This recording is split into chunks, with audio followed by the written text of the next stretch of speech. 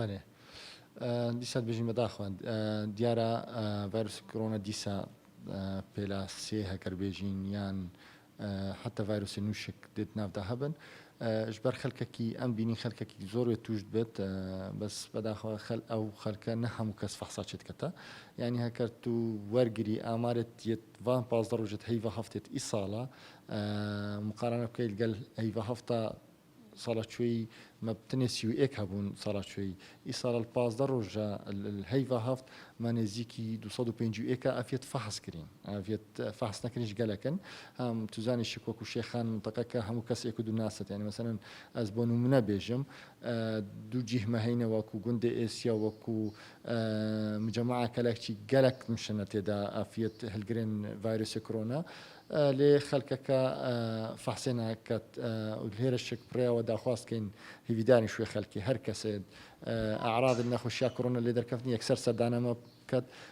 ji ber fehsa bêberanbera û xilali 24 saeta daşik em zanîn netîca wî kesî ket çawa ye dubare dikem rewş yê xirab e hêvî dikin ji xelkê me bitir iltîzamî bikin heke tu bibînî şik biçê bazarê êk sedêş nabînî ku kemama ergirtiye her çend deşek kemama geleke zûrî bi taybet vî wextî me behsê kir ku وقتێکی gelekî kêm yanî 15 roja tu wergirî nêzîkî 250 kes te bes vê heyvê de hebin û miqarene gel heyvê çûyî bikin yani bêjîn seda 200 seda 300 wê zêde bûyn hilgirê vayrosê korona ew yê fehs kirîn tamam me gelek xelek heyne şik pirêya nasîniyan pirêya telefona wan bêjit filan kesî wesaya wê mal de hema xwe hecer kiriyan fehs nekiriye پێشی هەتانەوە 3351 وەکو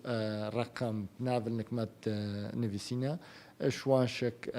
نێزیکی هەفتی کەسی بەداخۆیان ڕسمی کە گیانی خۆل دەستدایە ئەو شک نزبەکە نەکێمە نێزیکی سێ سەدەیە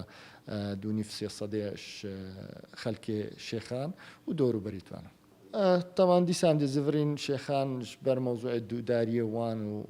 هەتانەوە جیهەکی تایبەتمانینە لە شێخان ئەم ئەوکەین و پڕاستی شک هەر ڕۆژە ئەوەل هەتا ئیرۆ ڕۆژێک ئەس باوەڕ ناکەم مەفایە پاکێتەکە کە مامە یان چەند کە مامە مەش مووسل وەرگرت بێت تەعاملەمە هەموو گەل دهۆکەیە هەر شتێ دەستپێکی بگرش کەمامە بگرە هەتا فەحسێ بگرە هەتا عیلاجی شک هەتا نەخۆشیێت مەشک هەر نەخۆشێکی کۆرۆنا هەبێت ئەم تەحویلی دهۆک بکەین